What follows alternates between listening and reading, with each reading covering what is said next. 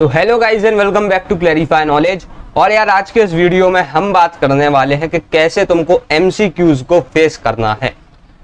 यार ये वीडियो दोनों ही बोर्ड्स के स्टूडेंट्स के लिए है, आईसीएसई, सीबीएसई और बाकी जितने भी बोर्ड्स हैं जिनके टर्म 1 सेमेस्टर 1 वाले बोर्ड एग्जाम्स जो हैं एमसीक्यूज फॉर्मेट में होने हैं। सो फर्स्ट ऑफ ऑल एक चीज क्लियर कर दूं, यहाँ पर मैंने जितने भी पॉइंट्स लिख रखे हैं, जितनी भी नॉलेज आज मैं तुम्हें बताने वाला हूँ, वो सारी चीजें मैंने बहुत ही रिनोन्ड आर्टिकल से उठाई हैं। ऐसे ही नहीं कि कुछ भी बस लिखा और बोल दिया, ठीक है। पहले जो है मैंने सारी चीजों को इकट्ठा किया बहुत अच्छे रिनोन्ड आर्टिकल से, और फिर यहाँ पर जो है मैंने चीजों को उतार रखा है, ठीक है। और उसके बाद भी कुछ इंपॉर्टेंट पॉइंट्स जो मुझे लगता था कि हाँ तुम्हारे लिए बहुत ज्यादा सही होंगे, उनको भी मैंने यहाँ लिख रखा है। सो फर्स्ट ऑफ ऑल यार देखो, आज के वीडियो को मैंने दो पार्ट में बांट रखा है। एमसीक्यूज के सेमेस्टर 1 यानी टर्म 1 वाले बोर्ड एग्जाम्स होने हैं। तुम्हारे पास दो फेज है अभी करंटली।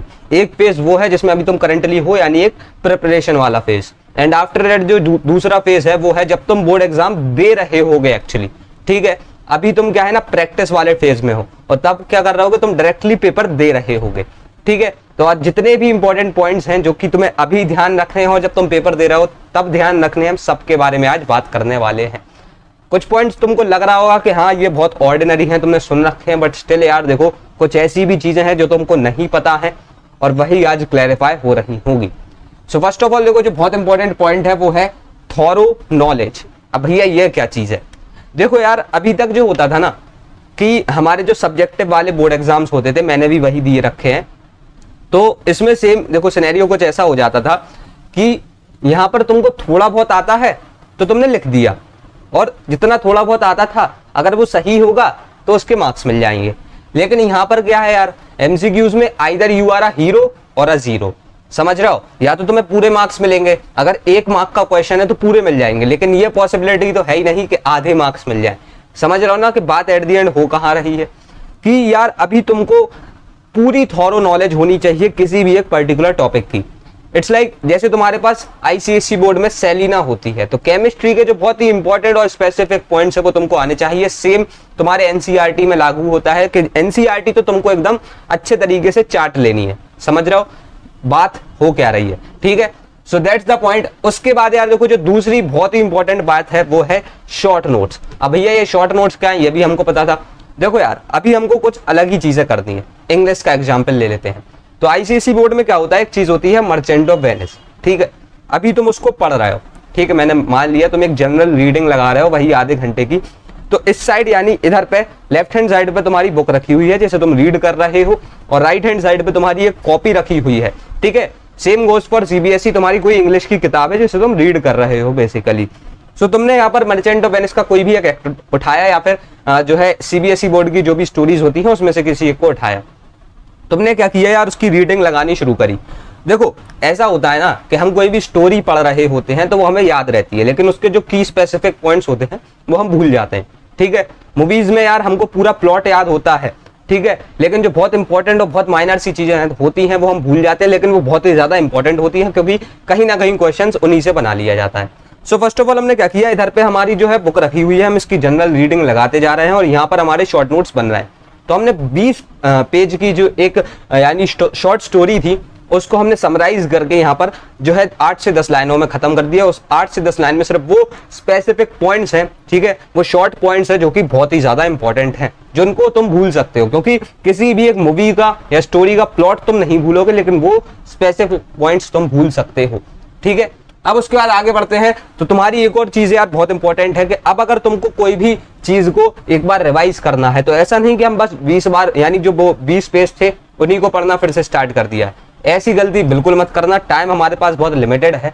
तो हम क्या करेंगे यार, उन्हीं शॉर्ट नोट्स का जो कि तुमने प्रिपेयर कर रखे हैं राइट हैंड साइड, उनका तो मल्टीपल रिविजन लगाओ, ठीक है। 20 पेज पढ़ने की जगह उस एक पेज को 20 बार पढ़ दोगे तो वो ज्यादा सही रहेगा, ठीक है।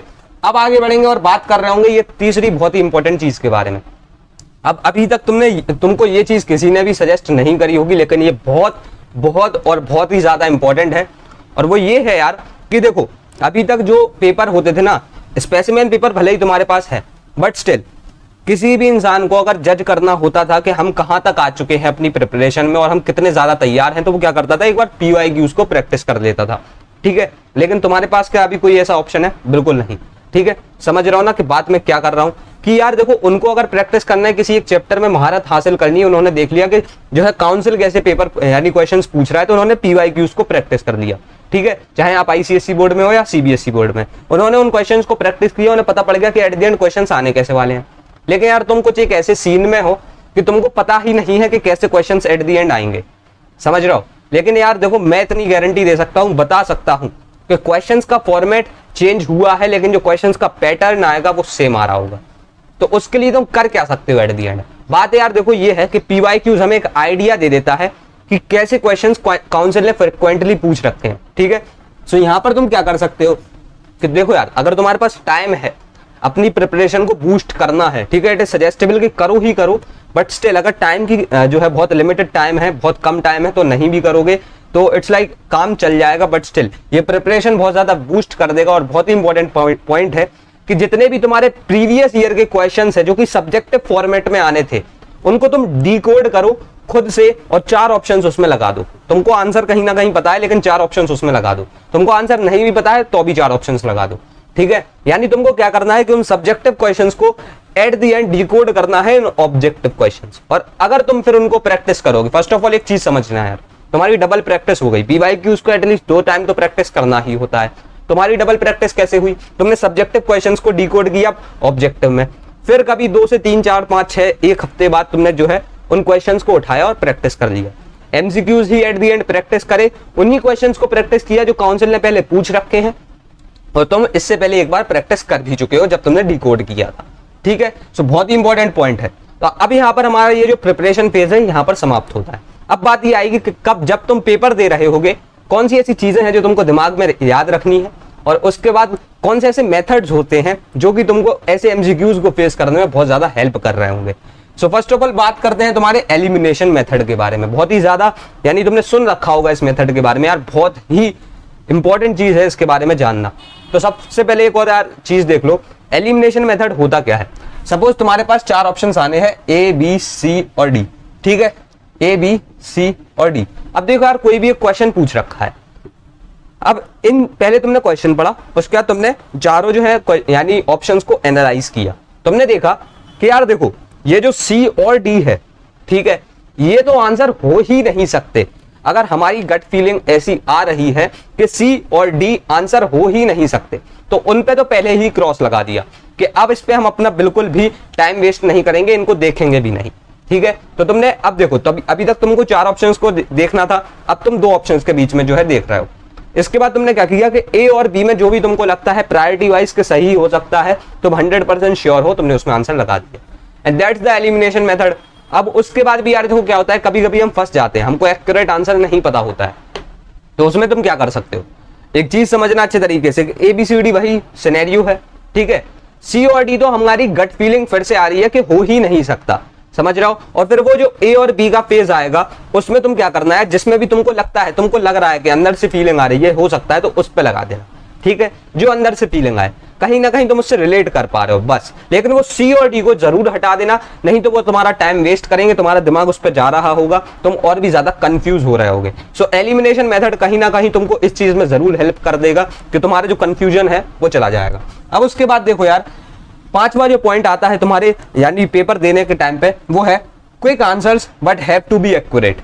बात क्या है भैया, देखो एमसीक्यूज जब हम लोग प्रैक्टिस कर रहे होते हैं तो हमारे अंदर से एक ऐसा यानी हमारे अंदर फ्लैश की आत्मा आ जाती है और हम बहुत ज्यादा रैपिडली आंसर करते जाते हैं। अरे हाँ ये है, ठीक है, चौथे का C है, 5वें का D है, 6वें का यानी A है, ऐसे ऐसे करते करते हम बहुत जल्दी जल्दी यानी अच्छे से तुम देख भी नहीं रहो, क्वेश्चन पढ़ा, 4 ऑप्शंस को भी एनालाइज नहीं किया, बस जो एक आंसर दिख गया उस पर हल कर दिया।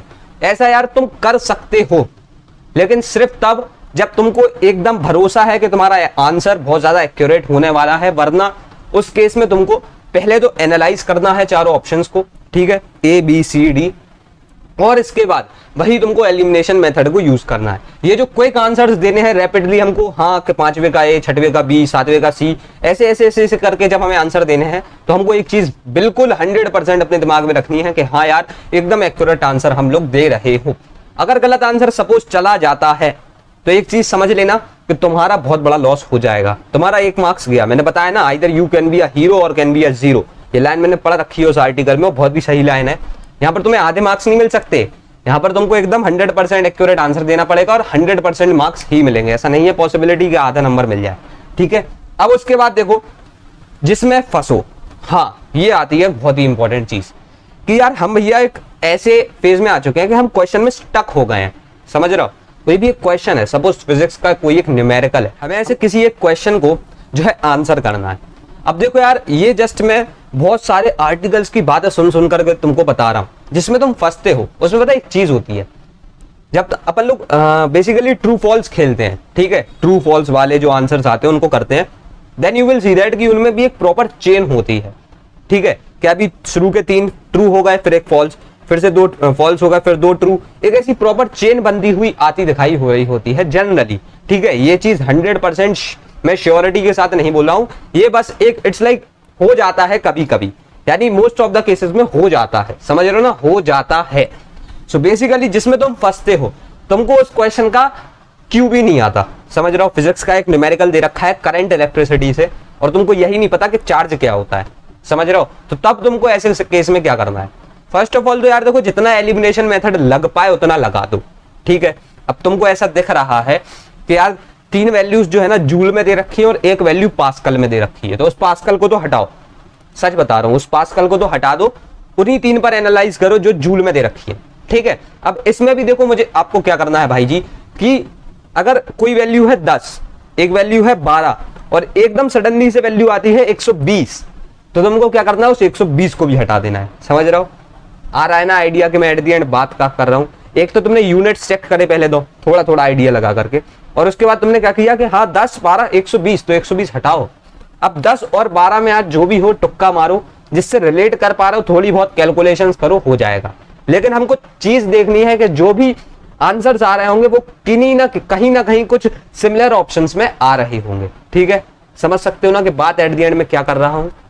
सो यार यही बहुत इंपॉर्टेंट चीजें होती हैं। ये 6 पॉइंट्स को अगर तुम लोग याद रखते हो तो तुम आईसीएसई का सेमेस्टर 1 और सीबीएसई का टर्म 1 बहुत इजीली क्रैक कर सकते हो। देखो प्रिपरेशन तो एट द एंड हमको करनी पड़ेगी, बट जो बहुत सिंपल से हैक्स होते हैं जो कि तुम अभी प्रिपरेशन में और उसके बाद जो तुम अपने एग्जाम देते टाइम लगा सकते हो, वो मैंने यहाँ पर तुमको बता दिए, ठीक है। अब अकॉर्डिंग टू मी अगर तुम इनको इंप्लीमेंट करोगे, then you will see that कि तुम्हारे एक अच्छे रिजल्ट तुमको देखने को दिखाई दे रहे होंगे। So that's all for this video यार। इस वीडियो में हम रखते हैं इतना ही। हमने आज बात कर ली है कि एट द एंड एमसीक्यूज वाले एग्जाम के लिए हमको प्रिपरेशन भी कैसे करनी पड़ेगी, एंड आफ्टर दैट क्या तरीका होना चाहिए हमारे आंसर करने का। So that's all for this video यार। मिलते हैं तुम्हारी अगली वीडियो में, तब तक के लिए थैंक्स फॉर वॉचिंग।